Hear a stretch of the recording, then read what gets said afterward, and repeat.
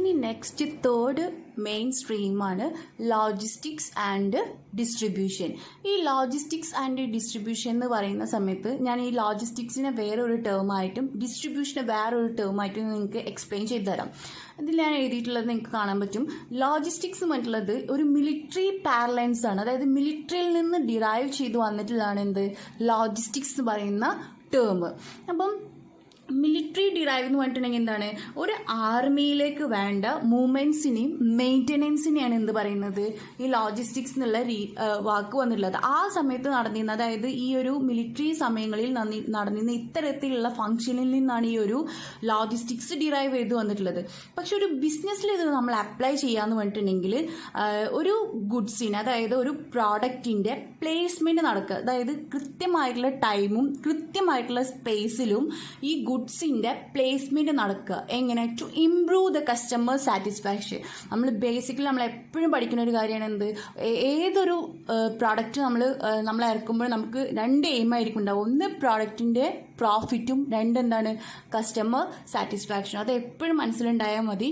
So ഇവിടെ ഈ ഒരു ലോജിസ്റ്റിക്സ് നമ്മൾ ബിസിനസ് ആപ്ലിക്കേഷനിൽ ചെയ്യുന്ന സമയത്ത് ഇതിന്റെ മെയിൻ ആയിട്ടുള്ള പേർപ്പസ്, അല്ലെങ്കിൽ മെയിൻ ആയിട്ട് ഇത് നമ്മൾ അപ്ലൈ ചെയ്യുന്നതിന്റെ ഉദ്ദേശം എന്താണ്, ഒരു കസ്റ്റമറെ സാറ്റിസ്ഫൈ ചെയ്യുക. ഇങ്ങനെ പ്രോപ്പർ ആയിട്ടുള്ള ടൈമിൽ പ്രോപ്പർ ആയിട്ടുള്ള സ്പേസിൽ നമ്മൾ പ്രോഡക്റ്റ് എന്ത് ചെയ്യാണ്, പ്ലേസ്മെന്റ് ചെയ്യുക. ഇനി നെക്സ്റ്റ് ഞാൻ ഈ ലോജിസ്റ്റിക്സിന്റെ ഒരു ഡെഫിനിഷൻ നിങ്ങൾക്ക് പറഞ്ഞുതരാം. ഈ ഒരു ഡെഫിനിഷൻ മാത്രം ഞാൻ എക്സ്പ്ലെയിൻ ചെയ്തും തരാം. കാരണം എന്താ വെച്ച് കഴിഞ്ഞാൽ ഒരുപാട് ഡീറ്റെയിൽ ആയിട്ട് ഞാൻ പറയുമ്പോൾ നിങ്ങൾക്കും കൂടുതലായിട്ട് കൺഫ്യൂഷൻ വരും. സോ നെക്സ്റ്റ് നമുക്ക് ലോജിസ്റ്റിക്സിന്റെ ഡെഫിനിഷൻ നോക്കാം. നെക്സ്റ്റ് ഡെഫിനിഷൻ നോക്കാം, ഞാനൊന്ന് വായിക്കാം. According to the Council of Logistics Management, it is that part of the supply chain management process that plan, implements and control the efficient, effective, forward and reverse flow and storage of goods, services and related information between the point of origin and the point of consumption in order to meet customers' requirements. ഇപ്പോൾ ഈ definition നിങ്ങൾക്ക് എന്താ മനസ്സിലായത്? ഞാൻ നേരത്തെ പറഞ്ഞ അതേ കാര്യം തന്നെ ഒന്നും കൂടി ഞാൻ ഈ ഡെഫിനിഷൻ എക്സ്പ്ലെയിൻ ചെയ്ത് പറയാം. ഒരു പ്രൊഡക്റ്റിനെ പ്ലാൻ ചെയ്യുക, അത് ഇംപ്ലിമെൻ്റ് ചെയ്യുക, അതിനെ കൺട്രോൾ ചെയ്യുക. അതെങ്ങനെ ആയിരിക്കണം? അത് ഇഫക്റ്റീവ് ആയിരിക്കണം. ചിലപ്പോൾ ഫോർവേഡ് ആയിരിക്കാം, ചിലപ്പോൾ നമുക്ക് തിരിച്ച് റിവേഴ്സ് ചെയ്യേണ്ടി വരും. ഇതെങ്ങനെയായിരിക്കണം? ഈ ഫോർവേഡും റിവേഴ്സും ഇഫക്റ്റീവും എഫിഷ്യൻ്റ് ആയിട്ട് എന്തിനാണ് നമ്മൾ ചെയ്യേണ്ടത്? ഈ പ്രോഡക്റ്റിന് എന്ത് ചെയ്യണം? പ്രോഡക്റ്റ്, സർവീസ്, ഇൻഫർമേഷൻ, ഈ മൂന്ന് കാര്യത്തിന് നമ്മൾ എന്ത് ചെയ്യണം? കൃത്യമായിട്ട് മാനേജ് ചെയ്യുക. എന്തിനു വേണ്ടിയിട്ടാണ്? എവിടെയാണോ നമ്മൾ പ്രോഡക്റ്റ് പ്രൊഡ്യൂസ് ചെയ്യുന്നത്, അതായത് ദ പോയിന്റ് ഓഫ് ഒറിജിൻ, എവിടെയാണോ പ്രൊഡ്യൂസ് ചെയ്യുന്നത് അതിനെ നമ്മൾ പോയിന്റ് ഓഫ് ഒറിജിൻ എന്ന് പറയാം. ഈ പ്രൊഡക്റ്റ് പ്രൊഡ്യൂസ് ചെയ്തിട്ട് ഇവിടെ ഇങ്ങനെ എന്താ പറയുക, നമ്മൾ ഉണ്ടാക്കിയിട്ട് ഈ ഗോഡൗണിൽ ഇങ്ങനെ ഉണ്ടാക്കിയിട്ടാൽ കാര്യം നടക്കുമോ? ഇല്ല. എന്ത് ചെയ്യണം? ആ പ്രൊഡക്റ്റ് പ്രൊഡ്യൂസ് ചെയ്ത സാധനം ആർക്കാണോ ആവശ്യം ആ ആവശ്യക്കാരിലേക്ക് എത്തിക്കണം. അതാണ് നമ്മൾ പറയുന്നത് ദ പോയിന്റ് ഓഫ് കൺസപ്ഷൻ എന്ന് പറയുന്നത്. ഈ കൺസപ്ഷൻ ചെയ്യുന്ന ഈ പ്രോഡക്റ്റ് ഈ കൺസപ്ഷൻ സ്ഥലത്ത് എത്തിക്കാന്ന് പറഞ്ഞിട്ടുണ്ടെങ്കിൽ ആരായിരിക്കും അവിടെ ഉണ്ടാവുക? ഏത് കസ്റ്റമേഴ്സിനാണോ റിക്വയർഡ് ആയിട്ടുള്ള കസ്റ്റമേഴ്സ് അവരിലേക്ക് എത്തിക്കുക. അതായത് ഇപ്പം നേരത്തെ പറഞ്ഞ പോലെ ഒരു പെന്ന് ആവശ്യമുണ്ടെങ്കിൽ ആ പെന്ന് ആവശ്യമുള്ളത് എവിടെയാണോ അവിടേക്ക് എന്ത് ചെയ്യണം? നമ്മൾ പ്രൊഡ്യൂസ് ചെയ്ത സ്ഥലത്ത് നിന്നും നമ്മളെ പ്രോഡക്റ്റിനെ എത്തിച്ചു കൊടുക്കുക. അതിനാണ് എന്ത് പറയുന്നത്? ഈ ഒരു പ്രോഡക്റ്റിനെ പ്രോപ്പറായിട്ട് പ്ലാൻ ചെയ്ത് ഇംപ്ലിമെന്റ് ചെയ്ത് മാനേജ് ചെയ്ത് കൊണ്ടു നടക്കുന്നതിന്, അല്ലെങ്കിൽ ഇത് ചിലപ്പോൾ നമ്മൾ എന്ത് ചെയ്യും, ഇന്ന് ചിലപ്പോൾ നമ്മൾ 100 പ്രൊഡക്റ്റ് ഓർഡർ ചെയ്തു, പക്ഷേ നമ്മളെ പ്രൊഡക്റ്റ് പെട്ടെന്ന് തീർന്നു ചിലപ്പോൾ നാളത്തേക്ക് 200 പ്രൊഡക്റ്റ് പറയേണ്ടി വരും. അപ്പം അങ്ങനെയുള്ള സിറ്റുവേഷനിൽ നമുക്ക് എന്തായിരിക്കും? ചിലപ്പോൾ റിവേഴ്സ് എന്ന് പറയുന്നത് അതാണ്. നമുക്ക് ചിലപ്പോൾ നമ്മൾ ഓർഡർ ചെയ്തതിൽ മാറ്റം വരുത്തേണ്ടി വരും, ചിലപ്പോൾ ചിലപ്പോൾ കുറയ്ക്കേണ്ടി വരും. അപ്പോൾ ഓരോ ട്രെൻഡിനനുസരിച്ചിട്ട്, അല്ലെങ്കിൽ ഓരോ നീഡ്സിനനുസരിച്ചിട്ട്, അല്ലെങ്കിൽ കസ്റ്റമേഴ്സിൻ്റെ യൂസേജിനൊക്കെ അനുസരിച്ചിട്ട് നമുക്ക് ചിലപ്പോൾ റിവേഴ്സ് ആയിട്ട് പോകേണ്ടി വരും. എന്തായാലും ഒരു പ്രൊഡക്റ്റിനെ പോയിന്റ് ഓഫ് ഒറിജിനിൽ നിന്നും പോയിന്റ് ഓഫ് കൺസപ്ഷൻ ആരാണോ കസ്റ്റമേഴ്സ്, ആവശ്യക്കാർ, അവരിലേക്ക് എത്തിച്ചു കൊടുക്കുന്ന ആ ഒരു പ്രോസസ്സിനെയാണ് നമ്മൾ എന്ത് പറയുന്നത്? ലോജിസ്റ്റിക്സ് എന്ന് പറയുന്നത്.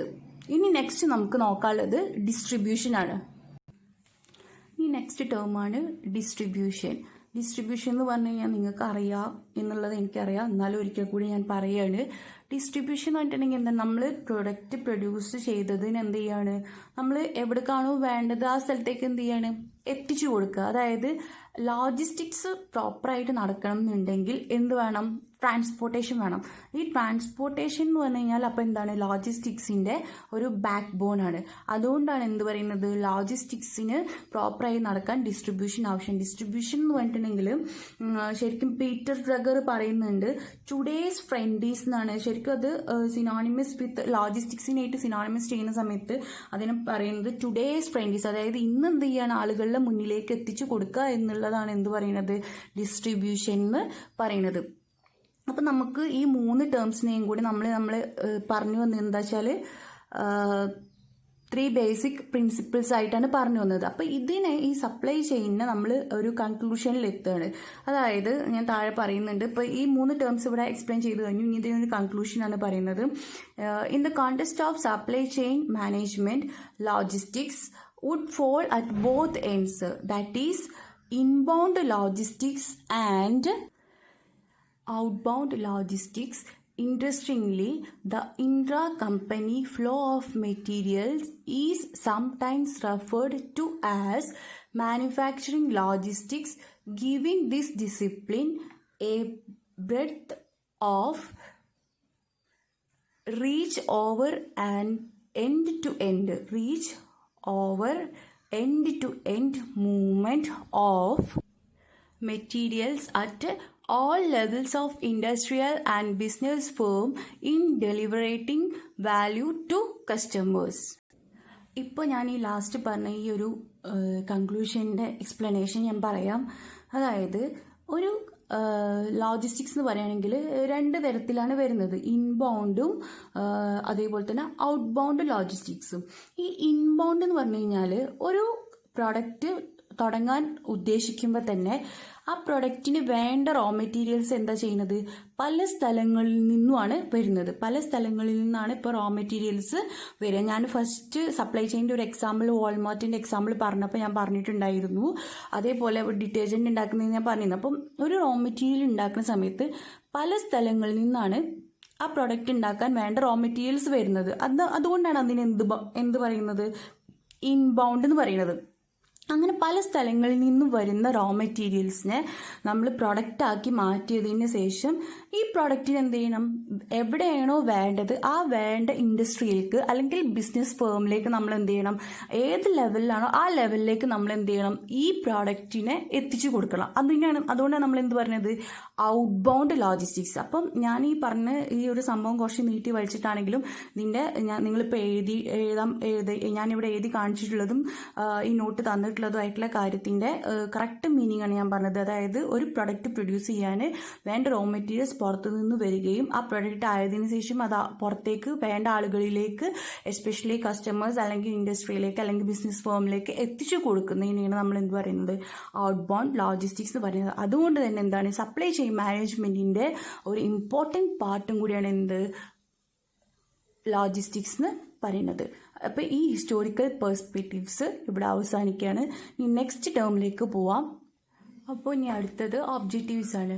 ഒബ്ജക്റ്റീവ്സിൽ പറയുന്നത് first one maximise the overall value generated. അതായത് നമ്മൾ ഉദ്ദേശിക്കുന്നത് എന്ത് പ്രൊഡക്റ്റാണ് നമ്മൾ സെയിൽ ചെയ്യാൻ ഉദ്ദേശിക്കുന്നത് ആ പ്രൊഡക്റ്റിൻ്റെ അല്ലെങ്കിൽ നമ്മൾ എന്താണോ നമ്മൾ ബിസിനസ് ചെയ്യാൻ ഉദ്ദേശിക്കുന്നത് അതിനെന്ത് ചെയ്യുക? ഓവറോളായിട്ട് ജനറേറ്റ് ചെയ്യുക. എന്താണെന്ന് ഞാൻ ഉദ്ദേശിച്ചത് എന്താ വെച്ചാൽ പ്രൊഡക്റ്റ് മാത്രമാണെന്നില്ല, നമ്മൾ പലതരത്തിലും സപ്ലൈ ചെയിൻ ഉപയോഗിക്കാം. ഒരു പ്രൊഡക്റ്റ് മാത്രം വിറ്റുകൊണ്ടാവില്ല, പലതരത്തിലും ഇപ്പം ഇവന്റ് മാനേജ്മെന്റ് ഇതുപോലത്തേലൊക്കെ നമ്മൾ കൃത്യമായിട്ട് പ്രൊഡക്റ്റ് മാത്രമല്ല, നമ്മുടെ സർവീസിനും എന്താണ് ഒരു ഡ്യൂ ഇമ്പോർട്ടൻസ് ഉണ്ട്. സോ എന്ത് തന്നെ ആയാലും ബിസിനസ് പേർപ്പസിന് വേണ്ടി നമ്മൾ എന്താണ് യൂസ് ചെയ്യുന്നത് അത് എന്ത് ചെയ്യണം? മാക്സിമൈസ് ചെയ്യുക, അതിൻ്റെ വാല്യൂ എന്ത് ചെയ്യുക? ഇൻക്രീസ് ചെയ്യിപ്പിക്കാം.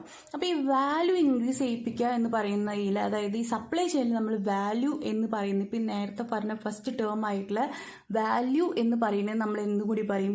സപ്ലൈ ചെയിൻ സർപ്ലസ് എന്ന് പറയും. സപ്ലൈ ചെയിൻ സർപ്ലസ് ഇതൊരു ടേമാണ്. Supply chain surplus fill in the blanks ഒക്കെ വന്നു കഴിഞ്ഞാൽ ആൻസർ എഴുതണം. അപ്പോൾ സപ്ലൈ ചെയിൻ സർപ്ലസ് എന്താണെന്നുള്ളത് നെക്സ്റ്റ് നോക്കാം. ഞാൻ ഡെഫിനിഷൻ ആയിട്ട് നിങ്ങൾക്ക് തരുന്നില്ല, ഒരു ഇക്വേഷൻ പോലെ ഞാൻ നിങ്ങൾക്ക് പറഞ്ഞത് എന്താണ് സപ്ലൈ ചെയിൻ സർപ്ലസ് എന്നുള്ളത്. അപ്പോൾ സപ്ലൈ ചെയിൻ സർപ്ലസിൻ്റെ ഒരു ഡെഫിനിഷൻ പോലെയാണ് ഞാൻ പറയുന്നത്. എന്താ വെച്ചാൽ ഒരു പ്രോഡക്റ്റ് കസ്റ്റമറിന് കിട്ടുന്ന ഫൈനൽ പ്രൊഡക്റ്റ് അതായത് കസ്റ്റമറിന് കിട്ടുന്ന ഫൈനൽ പ്രൊഡക്റ്റിന് ഒരു 100 രൂപ ആയിട്ട് കൂട്ടും. അപ്പം പക്ഷെ കസ്റ്റമർ റിക്വസ്റ്റ് ചെയ്യുന്ന ആ ഒരു കോസ്റ്റ് അതിനൊരു 80 രൂപ. അപ്പോൾ എന്താണ് 80 100 മൈനസ് 80, അതാണ് എന്ത് സപ്ലൈ ചെയിൻ സർപ്ലസ്. നമുക്ക് മനസ്സിലായി എന്ന് ഞാൻ വിചാരിക്കുന്നു. കസ്റ്റമർ വർത്തായിട്ട് കിട്ടുന്ന പ്രോഡക്റ്റിൽ നിന്നും കസ്റ്റമർ റിക്വസ്റ്റ് ചെയ്യുന്ന ആ പ്രോഡക്റ്റിൻ്റെ കോസ്റ്റ് എന്താണോ അത് മൈനസ് ചെയ്യുമ്പോൾ കിട്ടുന്നതിനാണ് നമ്മൾ എന്ത് പറയുന്നത് സപ്ലൈ ചെയിൻ സർപ്ലസ് എന്ന് പറയുന്നത്.